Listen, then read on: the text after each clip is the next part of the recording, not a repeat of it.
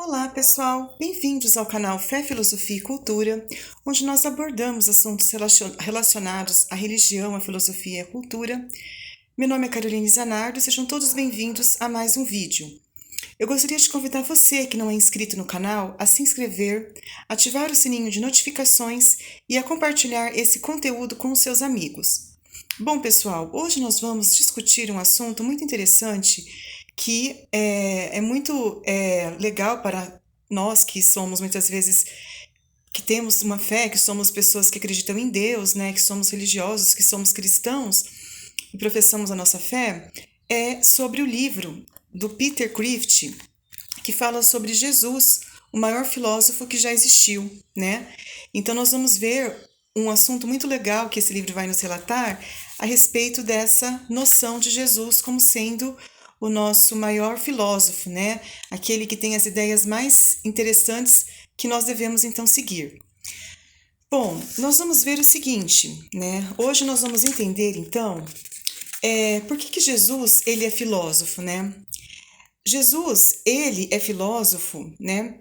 Porque ele é uma pessoa que tem um conceito de filosofia mais abrangente do que a maioria dos filósofos, né? Ele coloca isso na questão mesmo da criação do mundo, né? Que Deus é o Criador e Jesus é o seu Filho, e ambos, na verdade, são a mesma pessoa. Nesse mistério da criação do mundo e das pessoas, dos seres humanos, nós vemos então algo muito abrangente, né? Essa filosofia muito mais abrangente do que a mera filosofia do pensamento. E nós vamos entender agora sobre a metafísica de Jesus, né? A metafísica judaica de Jesus. Jesus, ele por ser judeu, principalmente, ele tem a resposta para muitas questões que nos são direcionadas, né? A questão, como eu falei, da criação do mundo, a questão de Deus mesmo, né? Da realidade das coisas, como que nós podemos então entender a realidade que vivemos, né? O mundo em que vivemos. Os judeus, eles têm essa resposta, né? A eles, ao povo judeu, foi revelado esse mistério, né? O mistério da criação, o mistério de Deus. Então, Jesus, ele é um ser supremo, por ser o Filho de Deus, né? O próprio Deus presente aqui na Terra, e esse mistério foi revelado ao povo judeu. E Jesus, nós sabemos que ele era judeu.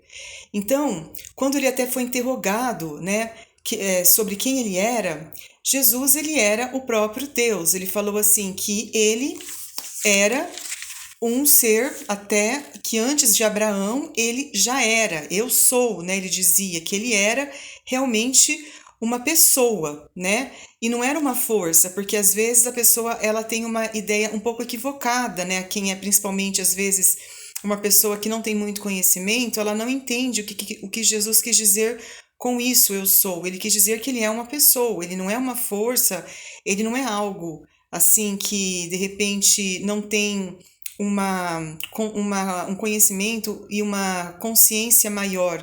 Então, quando ele fala que ele quer dizer que ele é superior e supremo, ele é o Deus supremo. Ele é aquele que existe desde toda a eternidade. Porque às vezes a pessoa ela acha que qualquer ser humano ele tem essa capacidade de ser alguma coisa, né, por ele mesmo. Não, a pessoa ela é criatura de Deus, ela não consegue ser nada mais do que isso. Agora, Jesus não. Jesus, por ser o Filho de Deus, ele não é uma criatura, né? Ele é o próprio Deus. Então, ele é um ser supremo, né? E nós vamos ver que esse mistério, então, né, sobrenatural, sobre de Jesus e das coisas que nós temos, da realidade, ela foi revelada ao povo judeu, né? Muitos outros povos, pagãos principalmente, não têm esse conhecimento, não têm essa profundidade das coisas, né? Então a noção da criação, ela é única dos judeus, né? Realmente eles é que têm essa noção.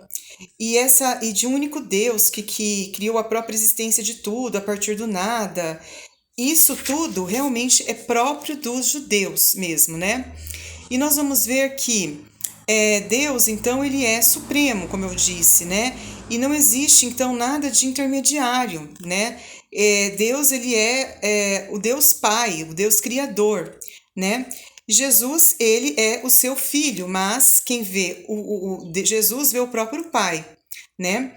E nós vamos ver o seguinte, que esse mistério que foi revelado fala então que a vontade divina é perfeitamente boa, reta, santa e justa. Deus é o único Deus que você não pode influenciar.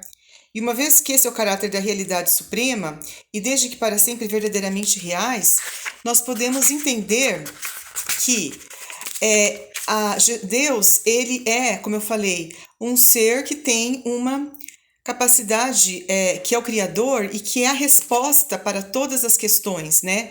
E a bondade dele, ela é infinita, né? A bondade dele, ela não é apenas perfeita, ela é mais que perfeita, né? Ela transborda como a luz do sol. Ele é o amor generoso, altruísta, que doa e se sacrifica a si mesmo. E ele procura intimidade com o homem, né? Ele quer ser o seu marido, ele quer ser ele quer realmente se casar com o homem, ele quer ter um relacionamento íntimo.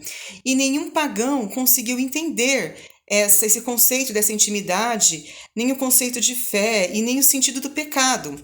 Por isso que o pecado, ele é tão grave para, né, o cristianismo, para a fé, assim como a infidelidade é para o casamento, né?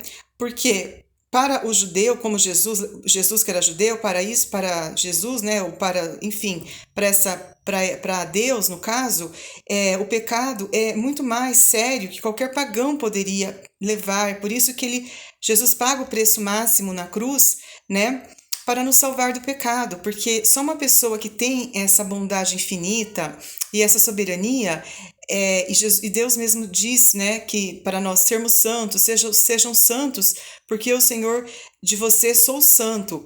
Então, Ele é esse Deus que nos convida à santidade. Ele não quer que nós tenhamos nenhum lado obscuro, nenhum tipo de coisa negativa. Ele quer que nós sejamos santos e plenos, né, como Ele é. Santos e verdadeiros e bondosos, como Ele é bondoso, uma bondade que se irradia como a luz do sol. Então, Ele quer nos salvar do pecado. Então, nós não podemos, quando Ele pede para nós sermos santos, Ele quer que nós não pequemos, né? Porque uma pessoa que comete o pecado, ela já não tem conhecimento nenhum da vida, né? Ela é uma pessoa ignorante, como os pagãos são ignorantes, né? Porque ela não tem conhecimento da verdade, do bem e do mal. E Ele quer que nós tenhamos esse conhecimento, né? Por Ele ser infinitamente santo. E o aspecto interessante é que Deus é um ser que tem caráter. O fundamento do ser de Deus é o indivíduo com personalidade. O que é personalidade? É o conceito de pessoa, é o conceito de ser humano. Então, Ele tem essa personalidade em si, que é infinitamente amorosa, infinitamente justa, infinitamente reta. Então, Ele é tudo em geral, Ele não é nada em particular. Deus discerne entre o bem e o mal e exige que façamos o mesmo no pensamento e na vida.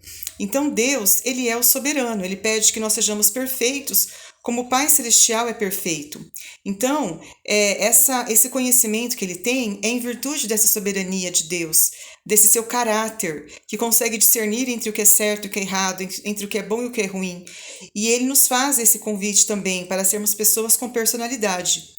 Então, ele consegue realmente, né, os judeus religiosos, eles já tinham aprendido, né, essas verdades surpreendentes. E nós também devemos aprender isso, né, nas nossas vidas. Esse conceito de que Deus enviou o seu Filho amado para morrer no nosso lugar e para nos dar a salvação e a vida eterna. Então, nós devemos acolher isso, né, nas nossas vidas, acolher essa verdade suprema, né, de um Deus soberano e de um Deus que nos ama infinitamente, né?